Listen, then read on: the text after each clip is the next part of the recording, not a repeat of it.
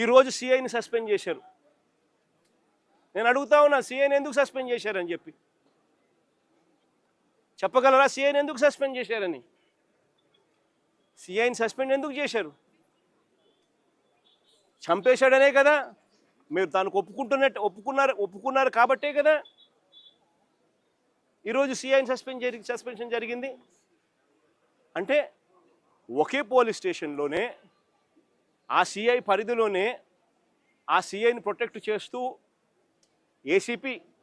ఏసీపీని protect చేస్తూ కమిషనర్ని protect చేస్తూ DGP, మొత్తం అందరికీ తెలిసి సిఐ స్టేషన్లో ఒక హత్య కాదు పోలీస్ స్టేషన్లో ఇలాగనే కొడుతూ ఒకరి చావుకు కారణమైతే ఇంకొకరు ఆత్మహత్య చేసుకుని వీడియో ద్వారా తన మెసేజ్ని తెలియజేసిన పరిస్థితి. నేను ఒకటే చెప్తా ఉన్నా, ఈరోజు సస్పెన్షన్ అంటే ఏంది? టెంపరీగా ఒక పోలీస్ ఆఫీసర్ను డ్యూటీస్ నుంచి తప్పించడం. అంటే ఒక మనిషి హత్య చేసిన ఆ మనిషి కొట్టి గోరులు పీకి రకరకాల చిత్రహింసలు పెట్టి చివరికి హత్య చేస్తే మనిషిని నువ్వేం చేస్తా ఉన్నావు? శిక్ష కేవలం టెంపరీగా తన డ్యూటీ నుంచి సస్పెండ్ చేస్తూ ఉన్నారు. ఇదే చేయాల్సింది. అది కూడా ఇంత పెద్ద ఇష్యూ అయి బయటకు వచ్చిన తర్వాతనే మీకు చేయాలన్న కనీసం ఆలోచన అన్న వచ్చింది. ఇది బయటికి రాకపోయినంటే అది కూడా ఆలోచన కూడా వచ్చేది కాదు. ఒకవైపున ఇంత హేయమైన కార్యక్రమం జరిగింది అని అంటే ఆ సిఐని, ఆ బాధితుడైన ఏసీపీని, ఆ బాధ్యులైన కమిషనర్ను, వీళ్ళందరినీ డీజీపీ వరకు కూడా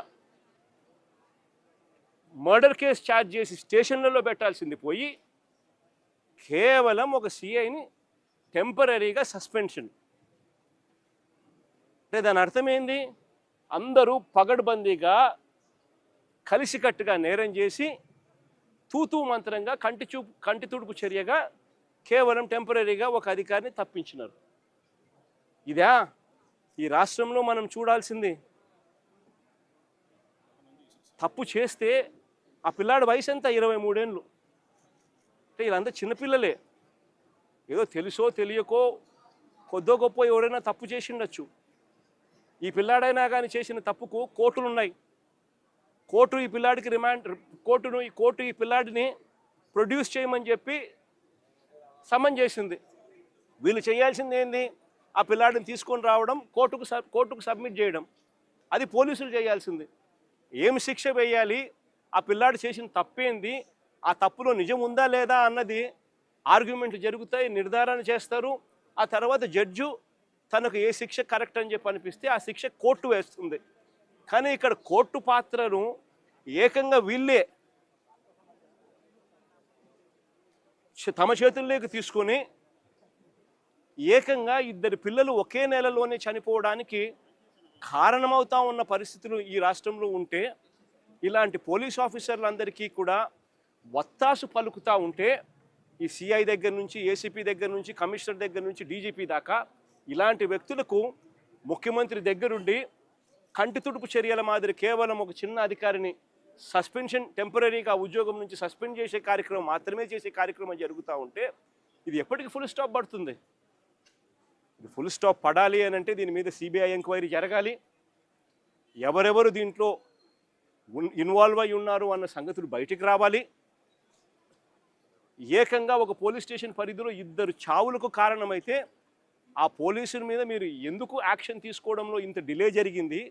చివరికి మీరు యాక్షన్ తీసుకుంది కంటి తుడుపు చర్యగా కేవలం సస్పెన్షన్ మాత్రమే, టెంపరీగా ఉద్యోగం నుంచి పక్కన పెట్టిన పరిస్థితులు మాత్రమే చేశారు అని అంటే దాని అర్థం ఇది ఒక్కరితో కాదు, ఇది ఒక సిస్టమేటిక్ పద్ధతిలో జరుగుతూ ఉన్న క్రైమ్ అని. ఈ క్రైమ్లో ఒకరు కాదు, ఒక సిఐ ఒకడే కాదు, ఈ సిఐకి పైన ఏసీపీకి పైన కమిషనర్ పైన చివరికి డీజీపీ దాకా కూడా అందరూ ఇన్వాల్వ్ అయి ఉన్నారని కూడా ప్రస్ఫుటంగా కనిపిస్తూ ఉంది. కాబట్టి ఖచ్చితంగా సిబిఐ ఎంక్వైరీని ఖచ్చితంగా డిమాండ్ చేస్తూ ఉన్నాము. డిమాండ్ చేయడమే కాకుండా న్యాయ పోరాటంలో ఈ తల్లికి, ఆ చనిపోయిన ఇంకొక పిల్లాడి కుటుంబానికి న్యాయ పోరాటంలో వాళ్ళకు సంపూర్ణ సంపూర్ణంగా తోడుగా వైఎస్ఆర్ కాంగ్రెస్ పార్టీ సంపూర్ణంగా వాళ్ళకు తోడుగా ఉంటుందని కూడా ఈ సందర్భంగా ఖచ్చితంగా తెలియజేస్తా ఉన్నాం.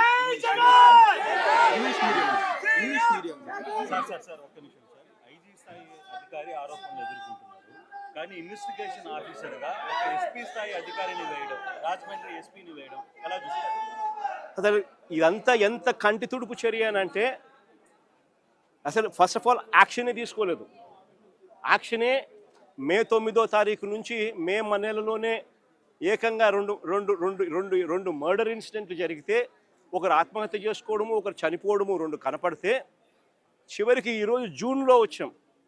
జూన్లో వచ్చిన తర్వాత బయటకు వచ్చిన తర్వాత కంటి తుడుపు చర్యగా కేవలం టెంపరీగా సస్పెన్షన్ మాత్రమే, అరెస్టులు కూడా చేయకుండా కేవలం టెంపరీగా సస్పెన్షన్ మాత్రమే చేస్తున్నారు అని అంటే, దాని అర్థం ఏ రకంగా వీళ్ళంతా ఈ క్రైమును బయటికి రాకుండా మరోవైపున ఈ తల్లి దగ్గరికి, ఈ కుటుంబం దగ్గరికి పంచాయతీలు చేసి సర్దుబాటు చేసుకునే దానికోసం ఏకంగా రాయబారాలు నడుపుతూ బేరాలకు ఏకంగా పోలీసులకు సైతం ఇక్కడ తెలుగుదేశం ఇక జనసేన పార్టీకి సంబంధించిన ఇన్ఛార్జీలు కూడా వచ్చి మాట్లాడుతూ ఉన్నారు అని అంటే, ఎంత దారుణమైన పరిస్థితులు ఈ రాష్ట్రం ఉందనేది గమనించాలి. దీని మీద ఎంక్వైరీ అట, కమిషనర్ అనే వ్యక్తి, డీజీపీ అనే వ్యక్తి, ఇటువంటి వ్యక్తుల మీద పూర్తిగా ఇన్వాల్వ్ అయి ఉండి ఈ క్రైమ్ చేయించినారు అని చెప్పి కనిపిస్తూ ఉన్న పరిస్థితుల్లో ఒక ఎస్పీ స్థాయి అధికారిని వీళ్ళు, ఇంకొక ఐపీఎస్ ఆఫీసర్ ఎస్పీ స్థాయి అధికారిని వీళ్ళు ఎంక్వైరీ చేయడానికి కోసం బాధ్యత అప్పచెప్పినారంట. అంటే ఏ రకంగా వీళ్ళు దీన్ని లా అండ్ ఆర్డర్తో ఏ రకంగా చెలగాటలాడుతూ ఉన్నారు, ప్రజల ప్రాణాలతో వీళ్ళు ఏ రకంగా చెలగాటలాడుతూ ఉన్నారని చెప్పడానికి ఇది ఇంకొక నిదర్శనం. నేను ఒకటే చెప్తా ఉన్నాను, ఇది ఖచ్చితంగా సిబిఐ ఎంక్వైరీకి పోవాలి.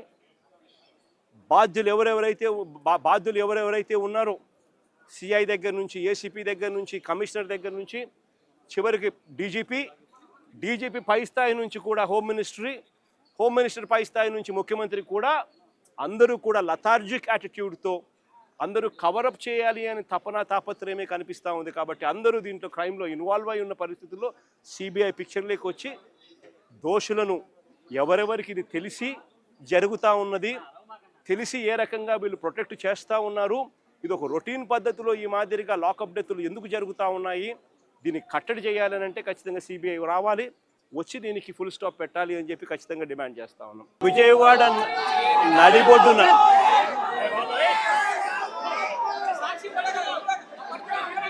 విజయవాడ నడిబొడ్డున అంటే రాష్ట్రానికి హెడ్ క్వార్టర్స్, ఇక్కడ నుంచి కూతవేటు దూరంలోనే ముఖ్యమంత్రి గారి నివాసం, ఇక్కడే డీజీపీ కార్యాలయం, ఇక్కడ నుంచి కూతవేటు దూరంలోనే డీజీపీ కార్యాలయం, ఇక్కడే విజయవాడలోనే కమిషనరేట్, ఇక్కడే ఏసీబీ పరిధి, ఇదే పరిధిలోనే ఈ పోలీస్ స్టేషన్, ఇదే పోలీస్ స్టేషన్ పరిధిలోనే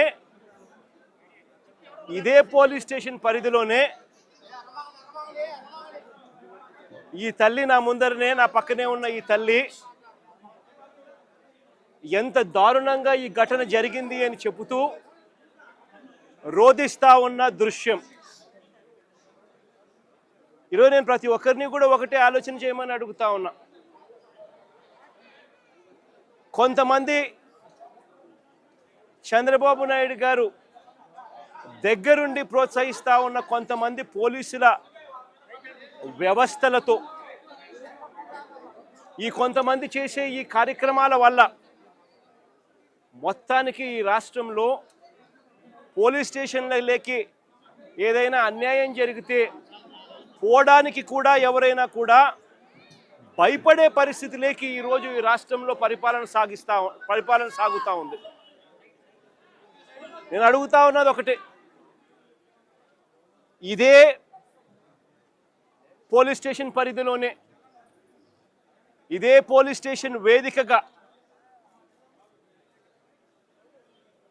ఈ పోలీస్ స్టేషన్ పరిధిలో ఉన్న ఏసీబీ కార్యాలయం, ఈ పోలీస్ స్టేషన్ పరిధిలోనే కమిషనరేట్ కార్యాలయం, అంటే సిపి, ఏసీపీ, పోలీస్ స్టేషన్లో ఉన్న సిఐ అందరూ కూడబలుక్కొని డీజీపీ సైతం దీంట్లో ఇన్వాల్వ్ అయ్యి ఒకరినొకరు ఏ రకంగా ప్రొటెక్ట్ చేసుకుంటా వస్తూ ఉన్నారు, ఒకరినొకరు ఏ రకంగా వెనకేసుకొని వస్తూ ఉన్నారు అని చెప్పడానికి నిదర్శనం ఇది.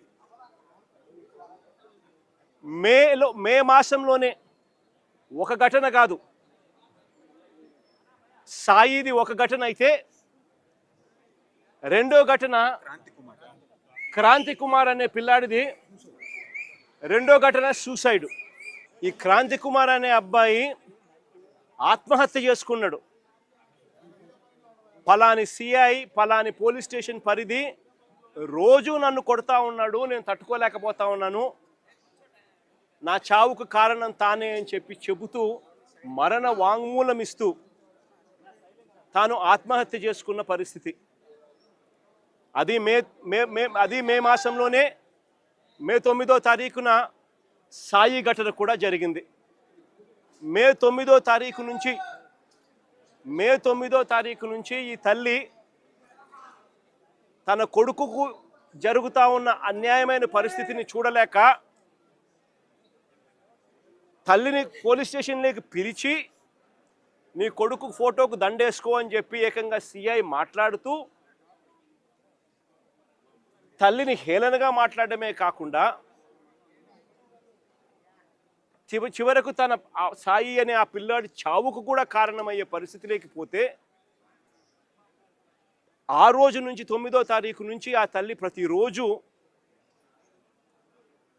తనకు సమాచారం అందే కొద్దీ ఆ సెల్లులో జరుగుతూ ఉన్న విషయాల మీద తనకు మిగతా వాళ్ళు సమాచారం తనకి ఇచ్చే కొద్దీ తన కొడుకు ఏదో జరుగుతూ ఉంది, పోలీసులు తీసుకొచ్చారు, ఆ స్టేషన్లో తనను పెట్టారు, తనను కొడతా ఉన్నారు, చిత్రహింసలు పెడతా ఉన్నారు అని చెప్పి తనకు అర్థమయ్యి అదే పోలీస్ స్టేషన్ పరిధిలోకి ఒకసారి కాదు, 2 సార్లు కాదు, 3 సార్లు కాదు, 4 సార్లు కాదు, ప్రతిరోజు ఆ తల్లి అక్కడికి వెళ్ళి నా కొడుకును నాకు చూపించండి అయ్యా, నా కొడుకును నాకు చూపించండి అయ్యా అని చెప్పి బాధపడతా ఉన్న పరిస్థితులు మన కళ్ళ ఎదుటే కనిపిస్తూ ఉంది.